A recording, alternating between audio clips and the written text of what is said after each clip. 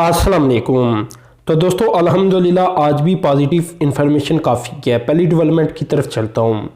दोस्तों ये सबसे पहले आपके सामने एक बैनर आ रहा होगा। ये बैनर आप पढ़ सकती हैं कि अब पाकिस्तान की ये कोशिश है कि पाकिस्तान जो बिलियन ट्री सुनामी था इसके बाद बिलियन ट्री हनी के अंदर भी कुछ काम कर रहे और पाकिस्तान की जो हनी की एक्सपोर्ट है यानी शहद की, इसे 40 अरब रुपए तक लेकर जाया जा सके एनुअली बुनियाद के ऊपर। तो ये एक पाकिस्तान का एक प्रोग्राम सामने आया है। ये ministry of science and technology और साथ में मिनिस्ट्री ऑफ क्लाइमेट चेंज, इनका ये बैनर है इन दोनों का। तो ये बैनर आपके सामने आ रहा होगा।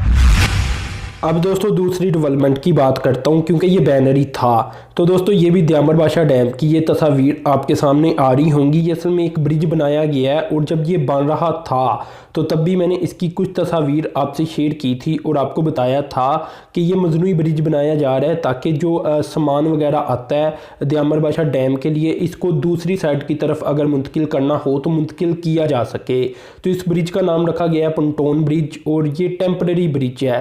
बाद में इसे ख़त्म कर दिया जाएगा क्योंकि जो नेसेसरी इक्विपमेंट है उन्हें ट्रांसफ़र करने के लिए समुंदर दरिया की दूसरी साइड की तरफ काफ़ी मुश्किल पेश आ रही थी।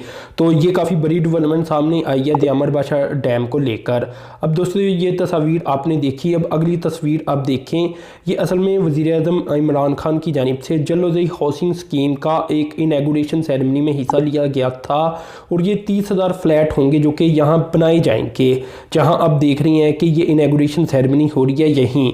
अब दोस्तों ये स्कीम के अंदर बहुत सारी चीज़ें और भी होंगी जिसमें पार्क, स्कूल, कॉलेज, मस्जिद, हॉस्पिटल, ग्रेवयार्ड, तो ये सब कुछ शामिल होगा। तो ये पूरा एक पैकेज होगा और ये सब कुछ आप कह सकते हैं कि जो घरों का मंसूबा है नया हाउसिंग प्रोजेक्ट उसका हिस्सा बन जाता है। तो ये कुछ तस्वीरी डेवलपमेंट सामने आई थी और छोटी छोटी डेवलपमेंट थी लेकिन काफ़ी अहम थी। इन सब की अपनी अपनी जगह काफ़ी अहमियत रहेगी। अब दोस्तों कल या परसों एक डेवलपमेंट सामने आई थी, इसकी बात कर लेता हूँ और ये है कि केपीके गवर्नमेंट की जानिब से पेशावर डीआई खान मोटरवे की मंजूरी दे दी गई है। ये बहुत बड़ी डेवलपमेंट सामने आई थी दोस्तों। कोई 350 से 360 किलोमीटर की ये मोटरवे होगी, 6 लेन होगी, 19 इंटरचेंजेस भी आएंगे और 7 किलोमीटर पर मुहित कोई 2 टनल भी बनाई जाएंगी। तो ये काफ़ी आप कह लें कि बड़ी टनल बन जाती हैं अगर देखा जाए। मंसूबे के ऊपर दोस्तों अगर लागत की बात की जाए तो 276 अरब रुपया आएगी और 4 सालों में मंसूबा मुकम्मल होगा। अब ये जिन जिन इलाकों से गुजरेगी मोटरवे वो इलाके तरक्की करते चले जाएंगे। उन इलाकों के नाम भी मैं आपसे शेयर करता हूँ, लेकिन सबसे पहले ये नक्शा आपके सामने आ रहा होगा। ये नक्शा आप देख लें इसका। इसमें दोस्तों ये बात कर ली जाए कि ये शुरू कहाँ से होगी तो ये पेशावर के चमकानी एरिया से शुरू होगी। इसके बाद ये दरा आदमखील, कोहाट, हंगो, कड़क, बन्नो, लकी मरवत और टैंक और इसके बाद डेरा इस्माइल खान। तो ये तमाम इलाके दरमियान में आ जाएंगे और सभी जो नाम मैंने लिए हैं इसमें कुछ नाम काफ़ी फेमस भी हैं। तो यानी ये इसके दरमियान भी जो इलाके आएंगे उनकी कनेक्टिविटी का भी ये मनसूबा बन जाएगा। तो इस तरह ये आप कह सकते हैं कि साउथर्न डिस्ट्रिक्ट जो कि केपीके के अंदर पाई जाती हैं उनकी तरक्की के लिए ये काफ़ी अहम तरीन प्रोजेक्ट होगा। ओवरऑल अब जहाँ जहाँ मोटरवेज बनाई जा रही हैं आपको पता है कि मोटरवेज के साथ सिर्फ मोटरवेज ही नहीं होती, हॉस्पिटल का पैकेज दिया जाता है, स्कूल यूनिवर्सिटीज़ का पैकेज दिया जा रहा है, जो इकनॉमिक जोन है उनका पैकेज दिया जा रहा है। यानी मुकम्मल एक कॉरिडोर बनाया जा रहा है पाकिस्तान के अंदर जब भी कोई नई मोटरवे सामने आ रही है ताकि फ्यूचर के अंदर पाकिस्तान तेज़ी के साथ ग्रो कर सके। अब दोस्तों अगली डेवलपमेंट की तरफ चलता हूँ। ये भी काफ़ी अच्छी डेवलपमेंट थी जो मैंने आपसे शेयर की। तो दोस्तों ये भी डेवलपमेंट केपीके से आ रही है और पाकिस्तान सॉफ्टवेयर एक्सपोर्ट बोर्ड और केपीके इंफॉर्मेशन टेक्नोलॉजी बोर्ड की जानिब से आपस में एक एमओयू साइन किया गया है।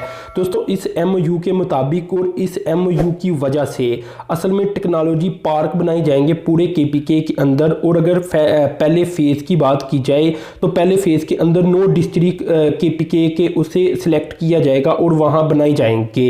इन डिस्ट्रिक्ट के नाम मैं आपको बता देता हूँ। इसमें सबसे पहले आ जाता है चित्राल, इसके बाद स्वात, मानसहरा, मर्दान, कोहाट, डेरा इस्माइल खान, कड़क, कोहाट और साउथ वजीरिस्तान।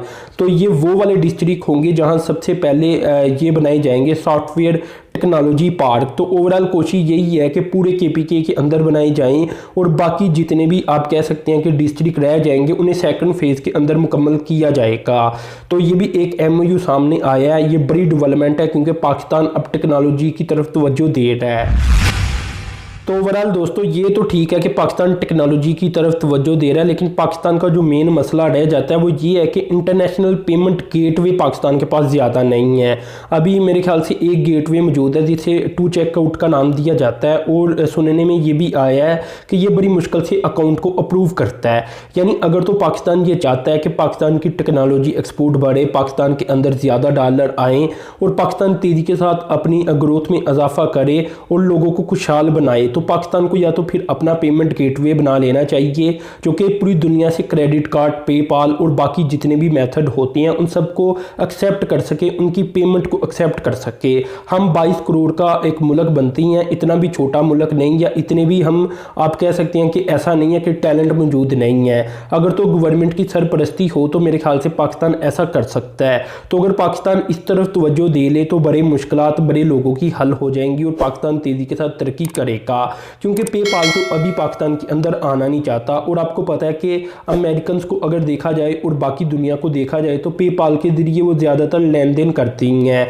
तो यहाँ जब पाकिस्तानियों के पास ये गेटवे मौजूद नहीं होता तो पाकिस्तान को बड़ी प्रॉब्लम आती है। बहुत सारे लोग पेमेंट करना ही छोड़ देती हैं कि अगर एक वेबसाइट के ऊपर पेपाल मौजूद ना हो, लेकिन अगर वही एक वेबसाइट के ऊपर एक ऐसा पेमेंट गेटवे हो जो कि पेपाल को भी एक्सेप्ट कर ले तो ये काफ़ी ज़्यादा आप कह लें कि फ़ायदेमंद रहता है और लोग पेमेंट करती हैं। तो इस तरह गवर्नमेंट को चाहिए कि इस तरफ तवज्जो दे। और पीछे खबर आई भी थी कि पाकिस्तान पेपाल का अल्टरनेटिव बनाने जा रहा है, इसके बाद इसकी फिर कोई इन्फॉर्मेशन सामने नहीं आ सकी। अब दोस्तों अगली डेवलपमेंट की तरफ चलता हूँ, ये भी काफ़ी अहम तरीन डेवलपमेंट है। तो दोस्तों फवाद चौधरी की जानिब से ट्वीट करके ये बताया गया, ट्वीट आपके सामने आ रहा होगा कि जो ड्रोन पॉलिसी है इसे मुरतब करने की मंजूरी दे दी गई है और ये मंजूरी दी है वज़ीर-ए-आज़म इमरान खान की जानिब से। अब इससे होगा ये कि पाकिस्तान का जो ज़राई या एग्रीकल्चर का शोबा है वो तेज़ी के साथ तरक्की करेगा, क्योंकि आजकल के एग्रीकल्चर शोबे के अंदर ड्रोन टेक्नोलॉजी अहम किरदार अदा कर रही है। तो अगर पाकिस्तान भी इस मुतल्लक कोई ड्रोन पॉलिसी बनाएगा, और बाकी अभी पाकिस्तान के अंदर बहुत सारे ऐसे शोबा जात हैं जिनकी पॉलिसी मौजूद नहीं, तो अगर पाकिस्तान पॉलिसी बनाता जाएगा तो पाकिस्तान तेज़ी के साथ तरक्की करेगा। अब दोस्तों आखिरी डेवलपमेंट की तरफ चलता हूँ। वैसे तो डेवलपमेंट काफ़ी ज़्यादा है, लेकिन मैंने अभी से शॉर्ट कर ली है कि वीडियो ज़्यादा लंबी ना हो जाए। तो दोस्तों ये डेवलपमेंट कुछ इस तरह से है कि मैंने आपको कुछ अर्सा पहले बताया था कि LNG के टर्मिनल बनाने के लिए गवर्नमेंट ये करने जा रही है कि प्राइवेट सेक्टर को इन्वॉल्व करने जा रही है। तो इसी को लेकर डेवलपमेंट सामने आई है कि पाकिस्तान का तीसरा और प्राइवेट सेक्टर का पहला जो LNG टर्मिनल होगा इसके ऊपर जनवरी 2021 के अंदर काम का आगाज़ कर दिया जाएगा।